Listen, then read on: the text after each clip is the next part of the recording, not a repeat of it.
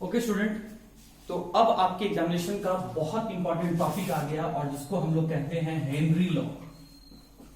Question क्या आता है वो सुन लीजिए। क्वेश्चन कहता है कि state and explain Henry law. State का मतलब होता है स्टूडेंट कि आप उसके डेफिनेशन को लिखें और एक्सप्लेन का मतलब होता है कि आप उसको डिराइव भी करें। तो state and explain Henry law. Henry law क्या है, इसे स्टेटमेंट के फॉर्म में आप लिखें और फिर उसे एक्सप्लेन भी करें। और पॉइंट नंबर 2 कहता है कि what are the application of Henry law, मतलब हमारे डे टू डे लाइफ में हेनरी लॉ का क्या यूज है ये भी आप बताएं। तो हेनरी लॉ को समझने से पहले आइए 2 पॉइंट हम लोग यहां बेसिक पॉइंट को समझ लेते हैं। 2 बेसिक पॉइंट को क्या समझेंगे? सबसे पहले तो स्टूडेंट हम लोग समझ लेते हैं कि पार्शियल प्रेशर क्या होता है और टोटल प्रेशर क्या होता है। ये वर्ड को समझ लेते हैं पहले। देखिए, जैसे हम लोग यहां पर एक कंटेनर लिए, इस कंटेनर में सॉल्वेंट के फॉर्म में कोई भी लिक्विड रहा होगा और अब हम क्या कर रहे हैं कि यहां पर सॉल्यूट के फॉर्म में हम यहां पर नाइट्रोजन गैस ले रहे हैं। सॉल्यूट के फॉर्म में हम यहां पर नाइट्रोजन गैस ले रहे हैं और ये कोई लिक्विड रहा होगा, कुछ भी लिक्विड रहा होगा। आप नाइट्रोजन गैस लिए हैं, लेकिन सिंस हमारे सराउंडिंग में चारों तरफ ऑक्सीजन गैस भी मौजूद है तो यहां पर कुछ ऑक्सीजन गैस के मॉलिक्यूल भी अवेलेबल है। आपने क्या किया, एक पिस्टन की मदद से आप नाइट्रोजन गैस के ऊपर, एक पिस्टन की मदद से नाइट्रोजन गैस के ऊपर प्रेशर लगा रहे हैं। आप तो सिर्फ नाइट्रोजन गैस के ऊपर प्रेशर लगा रहे हैं, आप तो ऑक्सीजन गैस के ऊपर प्रेशर नहीं लगा रहे हैं स्टूडेंट। तो नाइट्रोजन गैस का मॉलिक्यूल यहां ज्यादा है, तो आप जैसे ही नाइट्रोजन गैस के मॉलिक्यूल को दबाएंगे, कंप्रेस करेंगे पिस्टन की मदद से, तो वो नाइट्रोजन गैस का मॉलिक्यूल लिक्विड के सरफेस पर, लिक्विड के ऊपर प्रेशर लगाएगा। तो किसी भी एक कंपोनेंट के द्वारा लगाया गया प्रेशर होने को तो यहां पर नाइट्रोजन के साथ साथ ऑक्सीजन गैस मॉलिक्यूल भी है, लेकिन आप किसके ऊपर प्रेशर लगा रहे हैं? आप सिर्फ नाइट्रोजन गैस के ऊपर प्रेशर लगा रहे हैं। नाइट्रोजन गैस का मॉलिक्यूल ज्यादा है तो वो नाइट्रोजन गैस का मॉलिक्यूल इस लिक्विड के ऊपर, इस सॉल्वेंट के ऊपर ज्यादा प्रेशर लगाएगा। तो इन दोनों में से प्रेशर कौन लगा रहा है? नाइट्रोजन लगा रहा है। आप किसके ऊपर प्रेशर लगा रहे हैं? नाइट्रोजन के ऊपर। तो नाइट्रोजन किसके ऊपर प्रेशर लगा रहा है? लिक्विड के ऊपर। तो किसी भी एक कंपोनेंट के द्वारा लगाया गया प्रेशर को हम लोग कहते हैं पार्शियल प्रेशर, और मौजूद सभी कंपोनेंट के द्वारा लगाया गया प्रेशर कहलाएगा टोटल प्रेशर। अगर यहां प्रेशर सिर्फ नाइट्रोजन गैस के द्वारा लिक्विड की सरफेस पर लगाया जा रहा है तो वो कहलाएगा पार्शियल प्रेशर। लेकिन अगर यहां पर नाइट्रोजन गैस और ऑक्सीजन गैस दोनों मिलके इस लिक्विड के सरफेस के ऊपर प्रेशर लगा रहे हैं तो वो कहलाएगा आपका टोटल प्रेशर। और टोटल प्रेशर को हम लोग इंडिकेट करते हैं कैपिटल पी से। तो उम्मीद करते हैं स्टूडेंट कि पार्शियल प्रेशर और टोटल प्रेशर ये आपको समझ में आ गया होगा। अब पॉइंट नंबर 2, एक और बात जो हम लोग को दिमाग में रखना है वो है मोल फ्रैक्शन और मोल के बीच में क्या रिलेशन है। हालांकि ये टॉपिक हम आपको पिछले क्लास में बता दिए थे कि मोल फ्रैक्शन और मोल्स में क्या रिलेशन है, उसमें भी देख लीजिए ताकि आपको हेनरी लॉ में इसका जब मैं इन दोनों के बारे में बताऊं तो आपको समझ में आ जाए। जैसे मैं क्या किया, यहां पर एक कंटेनर लिया, इसमें मैं 2 मोल अल्कोहल ले लिया और यहां पर मैं 4 मोल या कह लो 3 मोल में वाटर ले लिया। 3 मोल्स में वाटर ले लिया, 2 मोल अल्कोहल और 3 मोल वाटर ले लिया। और हमसे पूछा गया कि बताइए मोल फ्रैक्शन अल्कोहल का कैसे निकालेंगे। मैं पिछले क्लास में बताया था, फिर से सुन लीजिए।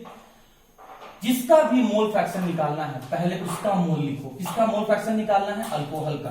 कितना मोल है? 2 मोल लिख दिया by total mole. Total mole कितना हो जाएगा? 2 + 3 5 मोल। और फ्रैक्शन निकालना है तो क्या करेंगे? इंटू 1 करेंगे। अगर परसेंटेज निकालना होता तो क्या करते? इंटू 100 करते हैं। लेकिन फ्रैक्शन निकालना है तो क्या करेंगे? इंटू 1 करेंगे। 1 का यहाँ पर जरूरत नहीं है, इसलिए मैं मिटा दिया। अब आप यहां से सॉल्व करें तो कितना आ रहा है? 0.4। मोल कैंसिल हो गया, इसलिए कोई यूनिट नहीं है। अब अगर यही बात आपको फिर कहता कि मोल फ्रैक्शन वाटर का निकालो तो कैसे निकालते? जिसका मोल फ्रैक्शन निकालना है पहले उसका मोल लिखो। तो वाटर का कितना mole? 3 mole by total mole. Total mole कितना हो जाएगा? 2 + 3 5 मोल। और फ्रैक्शन निकालना है तो इंटू 1 करो। परसेंटेज निकालना होता तो इंटू 100।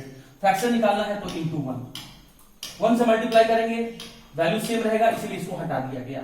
मोल से मोल कैंसिल आउट हो गया, सॉल्व किए तो ये आया 0.6 मोल फ्रैक्शन, वाटर का आया 0.6 मोल फ्रैक्शन, अल्कोहल का आया 0.4। अब देखो दोनों में से किसका मोल फ्रैक्शन ज्यादा है, ऑब्वियस सी बात है वाटर का मोल फ्रैक्शन ज्यादा है। अब यहां देखो दोनों में से अल्कोहल और वाटर में से किसका मोल ज्यादा था, वाटर का मोल ज्यादा था। इसका मतलब आप क्या समझे, अगर मोल फ्रैक्शन बढ़ रहा है या मोल फ्रैक्शन ज्यादा है तो तय बात है मोल भी ज्यादा होगा, या उल्टा भी कर सकते हैं, अगर मोल ज्यादा है तो मोल फ्रैक्शन ज्यादा है। फिर से देखो अल्कोहल और वाटर में से मोल फ्रैक्शन के वैल्यू को देखो और बताओ कम किसका है, अल्कोहल का मोल फ्रैक्शन कम है। यहां देखो मोल फ्रैक्शन को देख लिया तो यहां देखो किसका मोल कम है, तो देख रहे हो कि अल्कोहल का मोल कम है। तो यह क्या मालूम चला, जिसका मोल कम है उसका मोल फ्रैक्शन भी कम होता है, या फिर जिसका मोल फ्रैक्शन कम होता है उसका मोल भी कम होता है। तो हम अगर कहीं स्टेटमेंट में ये बोले कि मोल फ्रैक्शन कम है तो इसका मतलब नंबर ऑफ मोल्स कम होगा, या फिर ये भी कर सकते हैं नंबर ऑफ मोल्स कम है तो मोल फ्रैक्शन कम होगा। मैं दो बात फिर से बताता हूं स्टूडेंट, अब तक मैंने आपको क्या बताया कि सॉल्यूट का सॉल्वेंट में घुलना सॉल्यूट सॉल्वेंट के नेचर पर डिपेंड करता है। अगर सेम नेचर रहेगा तो सॉल्यूट सॉल्वेंट में घुलेगा, अगर डिफरेंट नेचर होगा तो सॉल्यूट सॉल्वेंट में नहीं घुलेगा। फिर मैंने सेकंड केस टेम्परेचर लिया था कि अगर रिएक्शन इंडोथर्मिक है तो टेम्परेचर बढ़ाओगे तो सॉल्यूट सॉल्वेंट में घुलेगा, लेकिन अगर इंडोथर्मिक है और टेम्परेचर तुमने घटा दिया तो फिर सॉल्यूट सॉल्वेंट में नहीं घुलेगा। टेम्परेचर का और केस मैंने क्या लिया था, अगर एक्सोथर्मिक रिएक्शन है तो एक्सोथर्मिक रिएक्शन के लिए टेम्परेचर का वैल्यू क्या होना चाहिए, कम होना चाहिए। तो अगर एक्सोथर्मिक रिएक्शन में तुमने टेम्परेचर कम किया तो सॉल्यूट सॉल्वेंट में घुलेगा, लेकिन अगर उसी एक्सोथर्मिक रिएक्शन में तुमने टेम्परेचर को बढ़ा दिया तो सॉल्यूट सॉल्वेंट में नहीं घुलेगा। थर्ड, प्रेशर का इफेक्ट हमने देखा कि जैसे ही हमने प्रेशर बढ़ा दिया, ज्यादा से प्रेशर के बढ़ाने से प्रेशर, देखो ना मैं प्रेशर बढ़ा रहा हूं, वॉल्यूम घट गया, वॉल्यूम के घटने से गैस मॉलिक्यूल का इधर उधर मूव करने का टेंडेंसी घट गया। इस कारण से ज्यादा गैस के मॉलिक्यूल लिक्विड के सरफेस को टच कर रहे हैं, या ज्यादा सॉल्यूट सॉल्वेंट के कांटेक्ट में आ रहे हैं, और इस कारण से प्रेशर के बढ़ाने से सॉल्यूट का सॉल्वेंट में घुलने का टेंडेंसी बढ़ जाता है। और प्रेशर के घटाने से, जैसे मैं प्रेशर लगा रहा था उस प्रेशर को हटा दिया, तो जैसे ही मैंने प्रेशर को घटाया, मैं देखो प्रेशर लगा रहा था, अब मैं प्रेशर कम करते जा रहा हूं, तो जैसे ही मैंने प्रेशर घटाया वॉल्यूम बढ़ गया, ज्यादा से ज्यादा गैस मॉलिक्यूल को घूमने के लिए ज्यादा जगह मिलने लगा, गैस मॉलिक्यूल इधर उधर भागने लगे, सॉल्यूट मॉलिक्यूल इधर उधर भागने लगे। इस कारण से सॉल्यूट मॉलिक्यूल का सॉल्वेंट के साथ जुड़ने का टेंडेंसी कम हो गया और सॉल्युबिलिटी कम हो गया। प्रेशर कम सॉल्युबिलिटी कम, प्रेशर ज्यादा सॉल्युबिलिटी ज्यादा।